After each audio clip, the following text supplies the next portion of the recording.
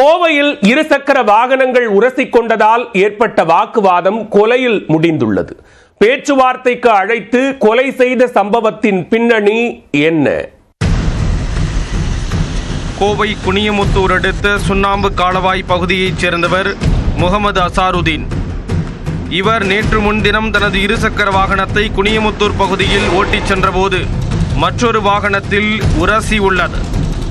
இதனால் அந்த வாகனத்தில் வந்த அசார் என்பவருக்கும் முகமது அசாருதீனுக்கும் இடையே வாக்குவாதம் ஏற்பட்டது. இந்நிலையில் நேற்று இரவு அசாருதீனை பேச்சுவார்த்தைக்கு வருமாறு அசார் தரப்பினர் அழைத்து பிரச்சனை தொடர்பாக பேசியுள்ளனர். அசாருதீன் தனது நண்பர்கள் 3 பேரை அழைத்து கொண்டு குனியமுத்தூர் டைமண்ட் அவென்யூ பகுதிக்கு சென்றபோது அசார் தனது நண்பர்கள் 10 பேருடன் வந்துள்ளார். இரு தரப்பினரிடையே வாக்குவாதம் ஏற்பட்டு கடுமையான கைகலப்பும் ஏற்பட்ட நிலையில் முகமது அசாருதீனை அசார் தரப்பினர் கத்தியால் குத்தி உள்ளனர். வயிற்றில் கத்தி குத்து காயத்துடன் உயிருக்கு போராடி கொண்டிருந்த அசாருதீனை ஆம்புலன்ஸ் மூலம் கோயம்புத்தூர் அரசு மருத்துவமனையில் அவசர சிகிச்சை பிரிவில் சேர்த்தனர்.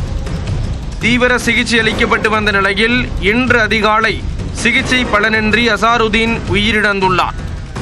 இது தொடர்பாக வழக்கு பதிவு செய்த குனியமுத்தூர் காவல் நிலைய போலீசார் கத்தியால் குத்திய அசார், மன்சூர், சதாம், அப்பாஸ், சம்சுதீன், முகமது ரஃபீக் உள்ளிட்ட 6 பேர் மீது வழக்கு பதிவு செய்துள்ளனர். அசாருதீனை கத்தியால் குத்திவிட்டு தப்பி ஓடி தலைமறைவாக இருக்கும் அசார் உட்பட 6 பேரையும் போலீசார் தேடி வருகின்றனர்.